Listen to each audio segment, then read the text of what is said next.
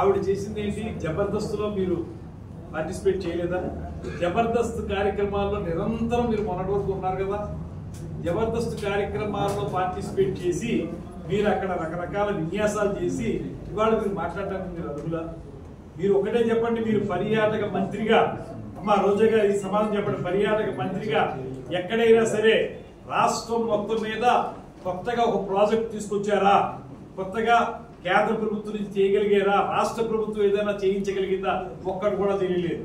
అదే ఇవాళ deputy CM గారు పవన్ కళ్యాణ్ గారు ఒక్క రోజులో గ్రామ సభలు మొత్తం రాష్ట్రం అంతా నిర్మించారు. ఇవాళ ఎన్ఆర్ఈజీఎస్ ద్వారా మేము ధైర్యంగా చెప్పగలం, నేను ఎమ్మెల్యే అయిన తర్వాత నిడదవోలుకి మంత్రి అయిన తర్వాత ఎన్ఆర్ఈజీఎస్ ద్వారా రమారం 20 కోట్ల రూపాయలు తీసుకొచ్చి రోడ్లు వేయించగలిగాను ఉప ముఖ్యమంత్రి గారి యొక్క డిపార్ట్మెంట్ ద్వారా.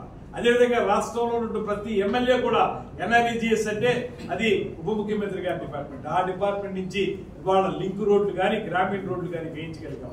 అదేవిధంగా మీరు చేసినటువంటి అనేక కార్యక్రమాల్లో పంచాయతీలకి ఏదైతే ఆదాయం రావాలో ఆ ఆదాయాన్ని పెంపొందించే మార్గాన్ని పవన్ కళ్యాణ్ గారు చేపట్టారు. ఏనాడు కూడా ప్రజా సమస్యల పరిష్కారం విషయంలో ఎక్కడా కూడా అలసత్వం వహించలేదు. ఆయన కొంత ఖాళీ సమయాన్ని, ఆయనకి వేరే వ్యాపకం లేదు. మీకు కబ్జాలు ఉన్నాయి, మీకు వ్యాపారాలు ఉన్నాయి, మీకు దొంగ వ్యాపారాలు ఉన్నాయి.